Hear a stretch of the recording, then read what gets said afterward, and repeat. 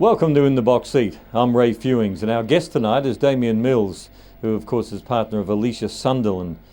No, in fact, we'll start again. Hey, this is the first time I've had to do take two in what, about 6 months? All right, mate. 5, 4, 3, 2, 1. Welcome to In the Box Seat. I'm Ray Fewings, and today our special guest is Damien Mills, an attendant for a very promising young greyhound in She's a Grenade. Also, big night at Strath on Sunday. Some very fast times recorded there. Inserter over the short distance, a very, very fast performance there. And the two Cameron Butcher, very promising dogs, Hopes Up and also Right Time, were absolutely blistering over the 400. So there are a couple you can follow when they do come to town over the longer journey. They've got outstanding early pace, and it should stand them in very good stead. Don Turner's sprinters too have been excelling lately over the 500, showing that sometimes these 400 metre dogs can take the step up to the longer distances. What's on around Australia this week? Well, the Rest Point Hobart 1000 gets underway down there in Tassie, and they've got the heats this Thursday and the final the week after. It's $75,000 for the Hobart 1000. And of course I can go back to winners like Benjamin John back in the 70s, or 60s and 70s. Outstanding greyhounds down there in Tassie.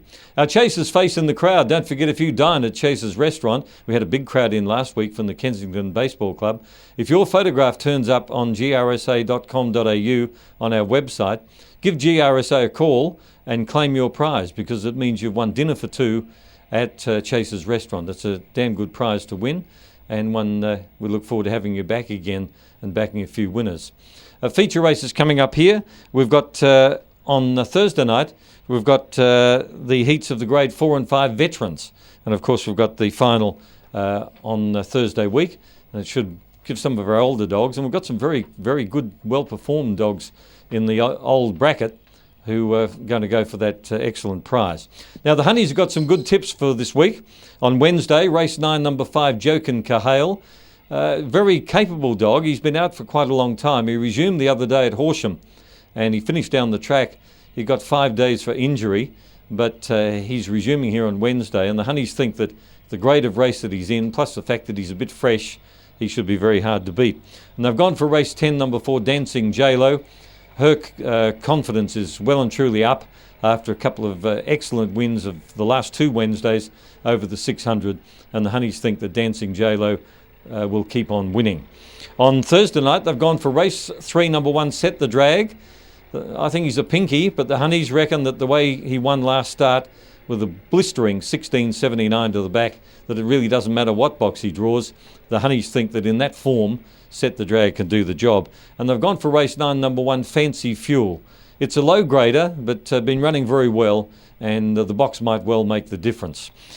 As far as their first fours, in race 3, 1, 4, 6 and 3. In race 9, 1, 6, 3 and 2. And the in-the-box seat for the week is race 2, number 3, Where's Pancho. Won 2 out of his last 4 at headquarters in blistering early fashion. He's got tremendous pace to the first turn, this dog. Sets up the winning lead most times going into the back, and he's a hard dog to beat. So they think Where's Pancho can get straight back into the winner's circle on Thursday night. As far as my dogs to watch, I've got a lot of new dogs among my specials for this week. On Wednesday, event 3, number 6, a dog by the name of Buhrer, Buhrer.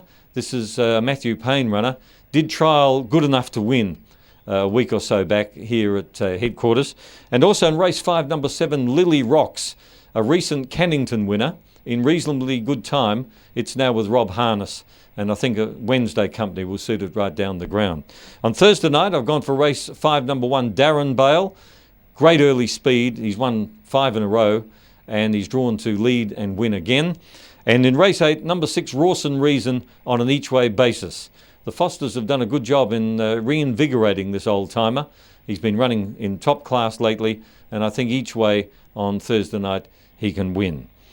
Don't forget the Chasers restaurant. Great time to celebrate Christmas with your family and friends. And I'll be back in a moment with Damien Mills to talk about She's a Grenade.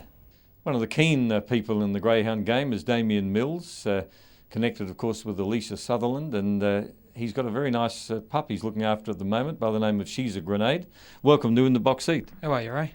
We don't have many El Gallos racing in South Australia. I reckon I could count the ones that are raced at the moment on one hand, but yours is one of the last two starts. Yeah, one up Gawler last Sunday and Port Augusta the start before that. And she's by El Gallo out of Cool to Dust, which, of course, John Katakazi borrowed her off Bob Irvine, so it's a good family and a lot of good dogs in the past out of that breed. Yeah, there is. I don't think much out of a litter at the moment at the track. I know there's one up in New South Wales, but struggling to get to 300s. Yeah, and over here, I had another pup out the litter that only made it to 7 months of age, and he's no longer with us. Right. Yeah, I think she'd be one of the only one out of that litter actually at the track. Yeah, I know Bob did have one trialling at Gawler, and its last sectionals were quite all right, and your greyhound too does look as though the 500 won't be a problem. Yeah, early days, about 3 months back, she her first look at Gawler went 31.52 over the 500,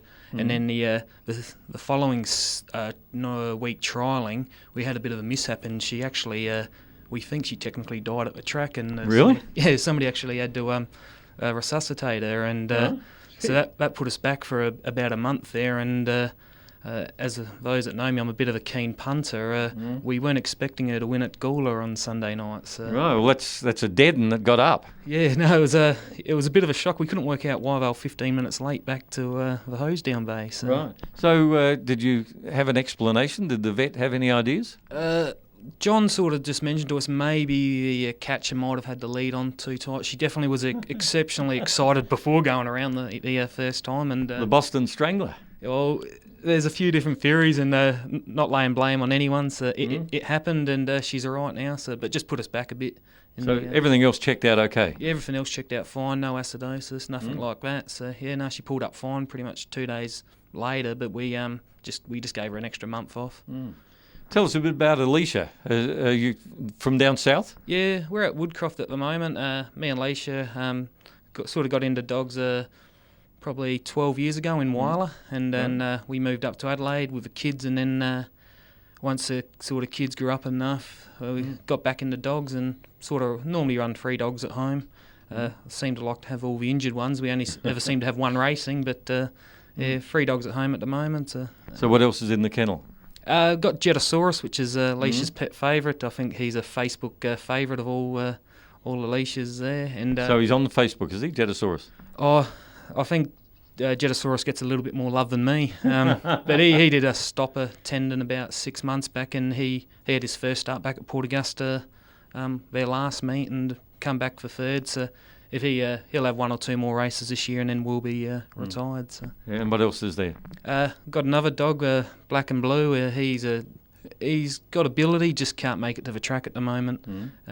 Put him on a hand slip on Tuesday night, and he's now got another 3 weeks off in the and a couple more injured ones over in Melbourne. So right. So what about She's a Grenade? Do we see it at Angle Park soon?